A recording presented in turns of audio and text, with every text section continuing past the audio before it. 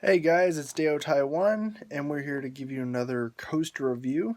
This one being Vortex at Canada's Wonderland at my home park, and this is an aerodynamic suspended coaster, and it's one of the last five to be remained in North America. It's starting to become kind of a little bit of a defunct model. They got the last one to be scrapped was Big Bad Wolf at Busch Gardens Williamsburg, and I heard that was one of the best. But now you have Viper at Magic Mountain, Bat at Kings Island, Vortex at Wonderland, and I think there's some more. But yeah, it's starting to become a rare coaster model. Aerodynamics got um, Aerodynamics got defunct a few years back, and X2 at Magic Mountain was their last coaster. So Vortex at Wonderland came out in 1991, and it was around before the Paramount days, so it was owned by King's Entertainment at the time, and it's an aerodynamics steel suspended roller coaster. So that means you're beneath the track. I mean, yeah, you're beneath the track and not above the track. So yeah, it was one of the first ever. It was one of the first ever suspended coasters to be built. Iron Dragon at Cedar Point is another one.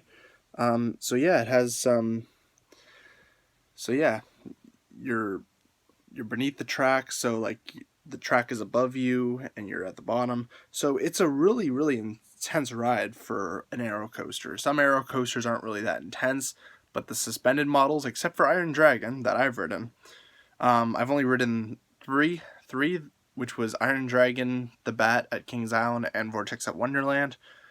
Vortex is the better out of the three that I've ridden, and it is very very intense. It's a very fun ride. It has amazing first drop. The height is 91 feet, and it goes over the mountain. So if you've been to Wonderland before, it goes over Wonder Mountain. It goes over the mountain. Does a right turn where the walkway is when you used to walk on top of the mountain back in the day. Then you dropped 85 feet, and the length for the ride is 2,361 feet long, and the speed is 89 kilometers an hour, and it feels faster than that. Like, if I have to say the best rows for it, like any row is good for the ride, but I will have to say the front is the best, but the back does get whipped over the drop a lot. But it's like there's no bad seat on the ride, but the front is the most intense. And recently it interacts with it interacts with it interacts with two it interacts with two rides.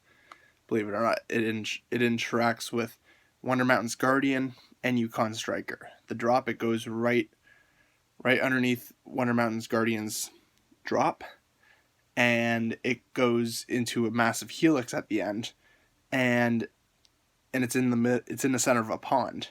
So it's on this little lake that Vortex goes over, and Yukon Striker, which is the new B&M dive coaster that got built in 2019 this year, it goes right around Yukon Striker's drop. So when you drop, you're going through Vortex's helix underwater.